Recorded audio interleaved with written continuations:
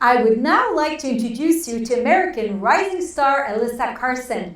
She's a 19-year-old astronaut in training. She attended her first space camp at age 7.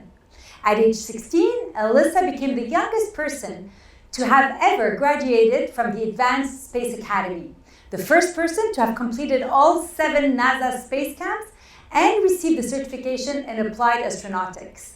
This officially certified her to do a suborbital research flight and venture into space, all before she even had her driver's permit. When she was 18, Alyssa earned her pilot's license. Her training also included water survival, G-force training, microgravity flights, scuba certification, and decompression training. Her life mission is to be the first person to walk on Mars in 2033. How well aligned is that with our Change the Timeline campaign? We will run the ad for you. It's a 30-second clip. If we can put humans on Mars in 13 years and cure most cancers in 30, why will it take 180 years to reach gender parity? Let's change the timeline. Alyssa, welcome to this Global Parity Summit. What an impressive background you have for anyone, let alone for someone this young. Bienvenue au Sommet mondial de la parité, Alyssa. Quelques mots en français? Oui, merci beaucoup de faire tout ça avec moi. Je suis très excitée d'être ici. Merci beaucoup. You speak English, you speak French, you speak Spanish, you speak Mandarin. It's fascinating. So tell us, what in your childhood actually inspired you to dream of space? Yeah, looking back, I mean, obviously I don't remember my childhood perfectly, but my dad does remember me asking all these questions about space and about Mars, and no one in my family had any sort of science or space background, so he told me a little bit about the moon, and I got fascinated with space. And looking back, really our best guess is actually the cartoon The Backyardigans. It played on Nickelodeon, which I watched, and I had the poster for an episode, Mission to Mars, The Backyardigans in my room, and so that's really the only place we can think of in my childhood where I would have heard the word Mars or heard anything about space. So that might have been it. And you often speak about the importance of following your dreams and your passion. Why is it so important? Yeah, you know, I always have talked about following your dreams. I definitely think that when I was young, saying I wanted to be an astronaut and go to Mars, it was basically the most insane topic I could have picked, the most out there impossible dream. And the more I've worked towards it, the more of a reality it's becoming. And so I think it's really important for kids to really think about and realize that they can have these crazy dreams and they can become a reality once they put in the hard work. And, you know, I think that we all have dreams, and I think the worst part is, you know, growing up and realizing you had left a dream behind, or realizing you could have done something that you didn't. So I think it's really important that we continue to encourage the youth to go after whatever they aspire to be. You also mentioned having to make sacrifices to pursue your dreams. Can you tell us more about what that means? Yeah, of course. You know, I definitely have always believed that with kind of these big dreams, there are going to be sacrifices along the way. I guess in my case, there are a good bit of sacrifices just because eventually going to space, that's a good amount of time just going to space and plus the dangers of space. But even, you know, as a kid working towards this dream so young, you know, there's been little sacrifices every now and then, whether that was missing a little school carnival or things like that. It was all about trying to figure out a balance between what I thought was most important. And sometimes there were sacrifices along the way, but definitely I wouldn't change it because I am at the point in my career where I am because of those sacrifices. And so that's been really amazing. But I definitely believe that you can't necessarily get to where you need to be without giving up something or some sort of sacrifice every now and then. So it's important to think about, once you're looking towards a career, you know, are you in a position to be able to maybe give up something so to dedicate more time towards that goal? So it's definitely just another component or another piece to think about when you're looking at achieving whatever big goals you may have. So is there any time for leisure in your busy life? You were describing to me how you were into so many different activities. There was soccer, ballet, piano, Girl Scout. How does everything fit in your social life? It's definitely a very tricky balance. Luckily, my dad helps me a good bit with keeping everything organized. He has like a physical calendar, and we write everything in and like highlight it. It's a pretty intense process balancing everything. But no, really, it's just been, keeping a balance in my life was always something really important. Not only just to kind of like have a normal childhood, but at the same time, I didn't want to always be talking about space, always learn about space every second of every day, because I felt like I would get bored of it eventually if that's all I did. So I always thought it was super important to be interested in other things and, be involved in playing soccer or playing the piano or other things like that, and definitely having other interests as well. And then at the same time, just hanging out with friends and being obviously just like a normal kid as well. And so I've definitely continued through that. I mean, especially now in college, whether that's hanging out with my friends, my roommates, or spending hours on Netflix, which definitely happens. But I definitely think that having that balance in your dreams is so important, because yes, you can be so passionate about something, and that's amazing that you're interested in it and putting in that hard work. But I always felt that for me, since I had such a balance, that when I did get to do something related to space, it was exciting. I was ready to do it. I wanted to do it because it was like the time that I dedicated to do that. So I think that the balance does help actually in terms of keeping your passion alive in a sense. But do your friends see you as a normal kid? I definitely think so. A lot of the time, honestly, my friends forget what I do. Most of my friends don't really think about it. It's pretty funny. Like if we'll meet someone else, they're like, "Oh, are you that girl who does this, that, and the other?" My friends are like, "Oh yeah, like we kind of forget you do that." So it's kind of been that way ever since I was in like middle school and high school, and now even in college, it was totally different. I moved several states away. I was meeting a whole new group of people. Obviously, they figured it out eventually. I didn't really tell them, but they figured it out. But now it's just kind of like whatever. We don't really like talk about it all that much. Obviously they support me in everything that I do, but it's not like the first thing they think of, I think, whenever they think of me, just because we just talk about other things, I guess. Awesome. So talking about Girl Scouts, which you were, let me tell you a story of a historic partnership that Women in Governance has actually signed with the Girl Scouts of the USA. They're a $1.2 billion organization based, headquartered in New York in the States.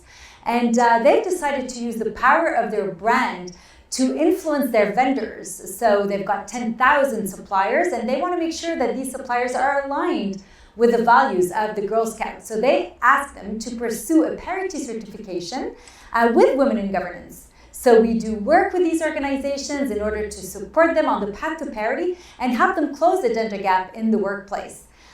In Canada, this is the 4th year that we offer our parity certification to the corporate world. But in the States, we just launched right before the pandemic, and we were already seeing great traction. It's extremely exciting.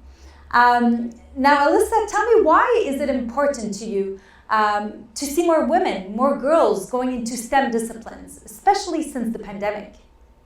Yeah, totally. Advocating for girls going into STEM has obviously been something that I've been passionate about. For me, growing up, it was almost like a no-brainer. I loved STEM. Science and math was definitely where I excelled in. I was terrible at grammar and English, so it was almost like a must for me to kind of go into some sort of STEM field. And it's been really amazing to kind of almost like have a platform to be able to talk to other girls and inspire them. And, speaking directly about the space industry, we're starting to see more females become astronauts, and recently with all the stuff of, having an all-female EVA and things like that. There's so much stuff going on in the space industry, but there are tens of thousands of people that work to send that one astronaut into space. And so I think the next steps are really going to be seeing more girls involved in those tens of thousands of jobs, whether that is being the engineer or studying the psychology of space, or maybe figuring out ways to package the food that we send to the astronauts on the International Space Station. There are so many different jobs involved in the space industry, and they're also important. So I think really the next steps is just continuing to inspire those girls to go into some of these fields and really help them realize the amount of opportunities that they are. Because typically when someone thinks, for example, like the space industry, they're thinking that it almost has to be STEM, where you can connect space to a lot of other kind of like majors and disciplines as well. There's so much journalism, and I had mentioned psychology already. There's lots of other disciplines that are involved in space. So you can actually have a mix of all the different STEM and other disciplines as well. So I think it's really cool that we are able to connect those. So hopefully we can continue inspiring those girls to fill those jobs, because they're super important for our own space industry. And do you feel you have a responsibility to be a role model for these girls? Yeah, you know, at first I really got into speaking just to really teach people about space. I just wanted to like talk about space and share the knowledge I have, but it definitely has evolved from that, and really trying to be an inspiration to some of these other girls. You know, there have been so many amazing moments, whether that's speaking out of school and having a little girl come up to me afterward and saying that she wants to be an astronaut, or any little things like that that have been really awesome. And so, you know, I really want to help, whether that's kids or girls, follow whatever their dreams may be, because I do know that we are eventually going to have to fill those jobs. So being able to inspire these kids now is so important. And so I've absolutely loved being able to have that position and have that responsibility of inspiring them. And it's been so amazing to see them light up when they actually hear about the opportunities that they can go into, because it may not have been something that they thought of before. So most girls are told that they're not really made for science. That's something that we see globally. And how come your dad actually influenced you into STEM disciplines?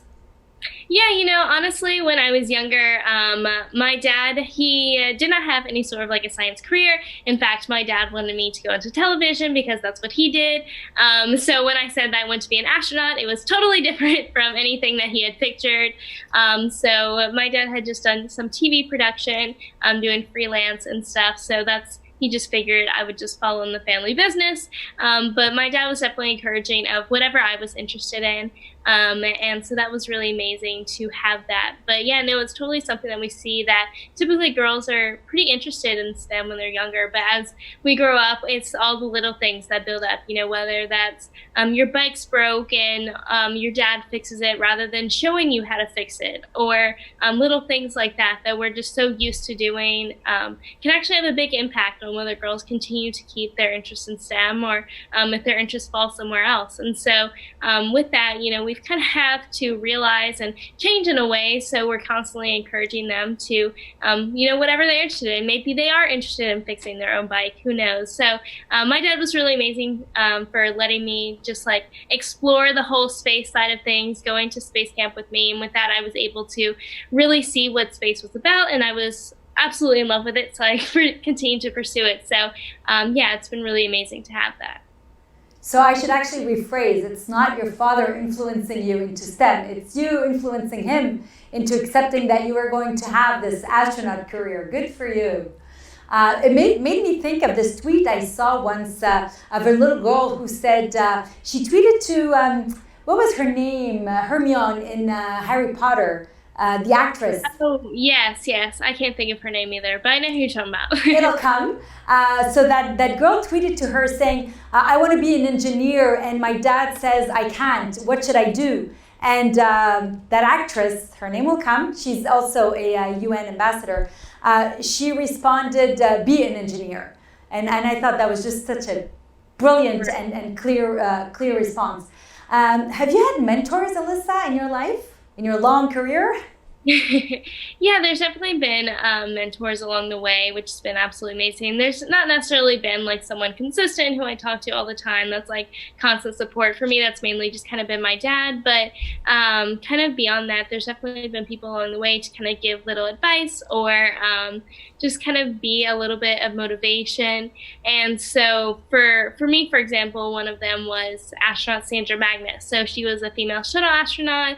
I met her when I was around 9, and she really inspired me that it didn't matter the age that I had decided to do this, but if I wanted to work hard, it could become a reality, since she had decided to become an astronaut around like 9 or so. And so that was really a huge inspiration. And then just meeting people in the space industry, you can really feel their passion. So that has definitely been a pretty big motivator along the way. You earned your pilot license, but less than 5% of pilots are women globally. You're obviously very comfortable in male-dominated environments. Did you ever feel you were a victim of unconscious bias?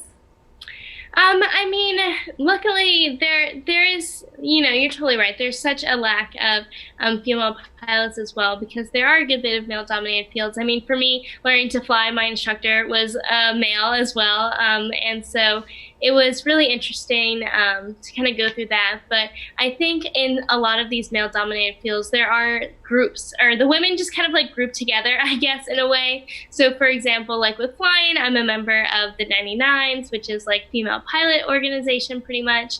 And so we have like a local chapter where I learn to fly. And so having like these women who I didn't necessarily see all the time or anything like that, but whether they'd shoot me an email or be like, how's the flying going? Like, did you get to solo yet? Or anything like that was just really amazing to have. And so definitely if you are going into a male-dominated field, really kind of look to see if there's any sort of like female organization that kind of deals in whatever it is, whether that's female engineers, female pilots, because it is a pretty amazing support system to have. So learning to fly, my instructor was amazing. He has had so many female students, and so he was so great and encouraging. So I really love that. But yeah, having those females who were already such amazing pilots, just, whether every now and then just giving that little chunk of advice was so cool to have. Such good advice. I mean, the sisterhood always works. There are tens of thousands of people who are aspiring to go into space, but only a handful will actually make it. Are you convinced you'll make it into space, into Mars?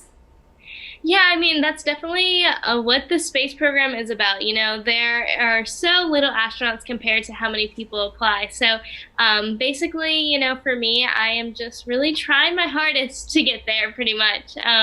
Everything that I've done is really just to build the best resume that I can to eventually apply to the astronaut selection process. So hopefully, if all goes well, I will be selected as an astronaut. But yeah, really, you just have to be passionate about what you're doing. And I mean, also realize that you really do have to be passionate about what you're going into besides just being an astronaut. So for example, I'm studying astrobiology in hopes of being an astrobiologist.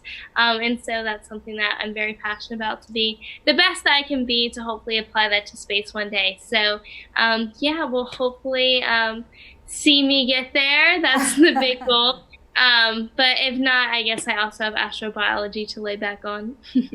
Well, whether you believe you can or cannot, you're right. And I have absolutely no doubt that you've got all the perseverance and all the strength and courage and knowledge and more to get to your goals. Alyssa, you're a triple TEDx speaker. Some of your videos have been seen hundreds of thousands of times. So if anybody listening to us today would like to know more and hear more, they should look for your videos, obviously. Follow you on social media. You have a huge following everywhere, on every platform. Anything else you'd like to add?